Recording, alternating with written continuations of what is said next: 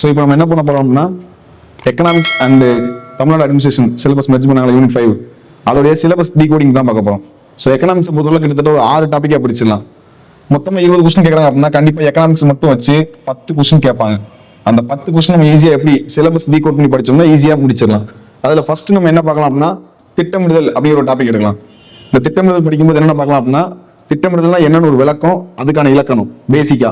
அடுத்து திட்டமிடுதலுடைய வகைகள், என்னென்ன வகையில திட்டமிடுறாங்க. அடுத்து உலகத்துல திட்டமிடுதல் கான்செப்ட் எப்படி வந்துச்சு, அது எப்படி இந்தியாவுக்கு வந்துச்சு. அதுக்கப்புறம் திட்டமிடுதலுடைய பரிணாமம் எப்படி இந்தியாவுக்குள்ள வந்துச்சு. 2022 குரூப் 4 இங்க தான் கேட்டது. அடுத்து திட்டக்குழுனா என்ன, அது எப்படி 5 ஆண்டு திட்டங்கள் வந்து ஃப்ரேம் பண்ணிச்சு, அந்த 5 ஆண்டு திட்டங்கள் இப்ப எப்படி மாறி இருக்குது, நிதி ஆயோக்கா திட்டக்குழு நிதி ஆயோக்கா எப்படி மாறி வந்துச்சு. இது ஃபுல்லா பார்த்தோம் அப்படின்னா கண்டிப்பா இது வந்து எப்படியும் ஒரு 2 ல இருந்து 3 கொஸ்டின், மினிமம் 2 கொஸ்டின் கேட்டுவாங்க. ஓகேவா. சோ அடுத்து செகண்ட் என்ன டாபிக் பார்க்கலாம் அப்படின்னா இந்திய பொருளாதாரம் அப்படிங்கிற ஒரு டாபிக்கா பார்க்கலாம். ஓகேவா. இந்த இந்திய பொருளாதாரத்துல ஃபர்ஸ்ட் நம்ம பார்க்க வேண்டியது பேசிக் கான்செப்ட் ஃபுல்லா பார்த்துலாம். அதாவது ஜிடிபினா என்ன, ஜிஎன்பினா என்ன, என்என்பினா என்ன, என்டிபினா என்ன, பெர் கேபிட்டா இன்கம்னா என்ன, அப்புறம் ஹெச்டிஐனா என்ன, அப்புறம் பிக்யூஎல்ஐ அப்படின்னா என்ன, அடுத்து என்ஹெச் அதாவது மொத்த மகிழ்ச்சி குறியீடு அப்படின்னா என்ன, இதெல்லாம் பார்த்து முடிச்சோம் அப்படின்னா இதுல இருந்து கொஸ்டின் ஹெச்டி வச்சா போன 2024 கொஸ்டின் கேட்டிருந்தாங்க. ஸோ ஃபர்ஸ்ட் இதை முடிச்சுட்டு செகண்ட் இந்திய பொருளாதாரத்துடைய சிறப்புகள் என்ன, அதோடைய பலம் என்ன, பலவீனம் என்ன, இதுல இருந்து கண்டிப்பா கொஸ்டின் கேட்பாங்க. அப்புறம் இந்திய அளவுடைய மக்கள் தொகை கடைசியா கொடுத்துருப்பாங்க சமூக பிரச்சனைகள் சிலபஸ் முடியும் போது அதை நம்ம முன்னாடியே தூக்கி வச்சுக்கிட்டோம். மக்கள் தொகை எப்படி இருக்குது இந்தியாவில், அப்புறம் இந்திய பொருளாதாரத்தை பற்றி சிந்தனைகளுடைய பங்களிப்பு என்ன கொடுத்துருக்காங்க, அப்புறம் இந்தியாவுடைய கல்வி முறை எப்படி இருக்குது, நலவாழ்வு முறை எப்படி இருக்குது, இதை பத்தி பிடிச்சோம் அப்படின்னா இது செகண்ட் கேட்டகரியா போகும். கண்டிப்பா இதுல இருந்து என்ன பண்ணுவாங்க ஒரு ரெண்டு கொஸ்டின் வரைக்கும் மினிமமா கேட்டுக்கிட்டே இருப்பாங்க. அடுத்து நம்ம பார்க்கக்கூடிய பாத்தீங்கன்னா மூணாவது என்ன பார்க்கலாம் அப்படின்னா மூணாவது நம்ம பார்க்கறது வரிகள். மூணாவது ஹெட்டிங் வரினா என்னன்னு ஒரு விளக்கம், அதுக்கான இலக்கணம். செகண்ட் ஆடம் ஸ்மித் கொண்டு வந்த 4 புனித வரி விதிகள், 4 விதிகள் கொடுத்திருப்பாரு, அந்த விதிகள். அடுத்து வரி விதிப்பு முறைகள், வரி விதிப்பு விகிதாச்சார விதியில வளர் வீதம், தேய் வீதம் 3 கேட்டகரி விதிப்பாங்க. அந்த வரி விதிப்பு முறை 3 முறை என்னென்ன அப்படின்ட்டு. அடுத்து வரியோட வகைகள், நேர்முக வரி, மறைமுக வரி. இந்த மறைமுகல என்ன கவர் உங்களுக்கு ஜிஎஸ்டி கவர் ஆயிரும். அடுத்து மத்திய மாநில அரசுகள் விதிக்கக்கூடிய அவங்களுடைய வருவாய் ஆதாரங்கள், போன குரூப் 4 கேட்ட கொஸ்டின் இதுல தான் கேட்டிருந்தது. அப்புறம் வரியை எப்படி வசூல் பண்ணலாம் அந்த முறை. அடுத்து வரி கட்டலாம் அப்படின்னா என்ன ஏற்படும், கருப்பு பணம் அப்படிங்கிற கான்செப்ட் ஏற்படும்.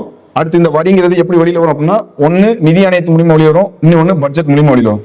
ஸோ இதை பார்த்து முடிஞ்சீங்க அப்படின்னா வரி அப்படிங்கிற கான்செப்ட் ஃபுல்லா கவர் ஆயிரும். கிட்டத்தட்ட ஒரு 3 கொஸ்டின் வரைக்கும் இந்த டாபிக் வந்து கேட்பாங்க. ஓகேவா.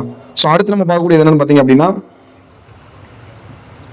4வதா பார்க்கக்கூடிய கேட்டகரி வங்கிகள்.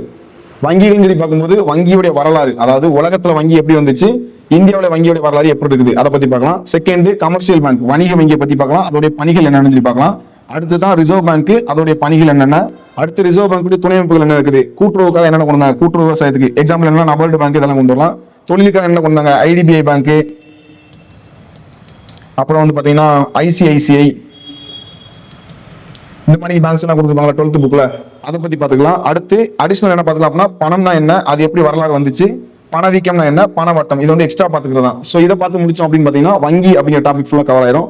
அதுக்கப்புறம் 5வது டாபிக் என்ன பார்க்கலாம் அப்படின்னா தொழில் வளர்ச்சி, வேளாண்மை. ரெண்டுமே ஒரே டாபிக்கா மெர்ஜ் முடியும். வேளாண்மை பார்க்கும்போது பசுமை புரட்சி சேர்த்து பார்த்துடலாம். சோ இந்த பேங்க் வச்சு பார்க்கும்போது கிட்டத்தட்ட இதுல ஒரு 2 கொஸ்டின் கேட்பாங்க. அடுத்து தொழில் வளர்ச்சி, வேளாண்மை ரெண்டே ஒன்று போல மெர்ஜ் பண்ணி பார்க்கலாம். போன குரூப் 4 இதுல மட்டுமே 2 கொஸ்டின் எடுத்தாங்க. இந்த தொழில் வளர்ச்சி பார்க்கும்போது நம்ம என்ன பார்த்து முடிச்சோம் அப்படின்னா 1991 புதிய பொருளாதார கொள்கையை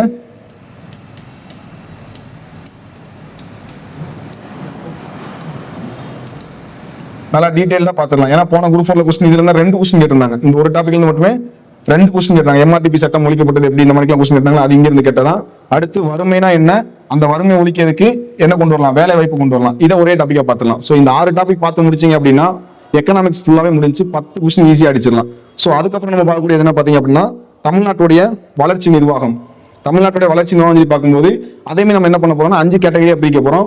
அதுல ஃபர்ஸ்ட் என்ன கொடுத்தாங்க, சமூக நீதியும் சமூக நல்லிணக்கம். இதுல நம்ம ஃபுல்லா எதை பத்தி பார்க்கலாம் அப்படின்னா இடஒதுக்கீடு பத்தி படிச்சோம் அப்படின்னா இந்த டாபிக் வரும். கண்டிப்பா ஒரு 2 கொஸ்டின் கேட்க வாய்ப்புகள் இருக்குது. அடுத்து பாத்தீங்கன்னா சமூக பொருளாதார மேம்பாட்டிற்கான மூலாதாரங்கள்.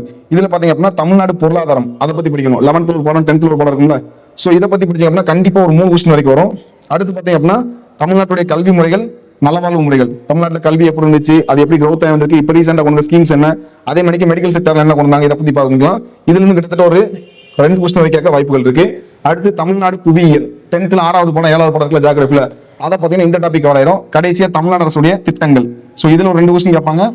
இதுல கிட்டத்தட்ட ஒரு 3 கொஸ்டின் ஸ்கீம்ஸ் வச்சே கேட்கறதுக்கு வாய்ப்புகள் இருக்கு. மொத்தம் பாத்தீங்கன்னா தமிழ்நாடு வளர்ச்சி இருந்தாலும் இதுலயும் ஒரு 10 கொஸ்டின் கேட்க வாய்ப்பு இருக்கு. ஸோ நீங்க இந்த 2 டாப்பிக்கையும் இப்படி ஸ்பிளிட் பண்ணி படிச்சீங்க அப்படின்னா அது எக்கனாமிக்ஸ் ஒரு 6 டாப்பிக்காகவும் இந்த வளர்ச்சி வந்து ஒரு 5 டாப்பிக்கா முடிஞ்சும். ஸோ இப்படி படிச்சீங்க அப்படின்னா உங்களுக்கு படிக்கிறதுக்கும் ரொம்ப லேசா இருக்கும். செகண்ட் ரிவைஸ் பண்ணுவோம் உங்களுக்கு இப்படி ஒரு ஆர்டர் ரிவைஸ் பண்ணி போற மாதிரி இருக்கும். குழப்பாது, மறக்கவும் செய்யாது. ஸோ இப்படி படிங்க, 20க்கு 20 ஈஸியா வாங்கிடலாம். தேங்க்யூ.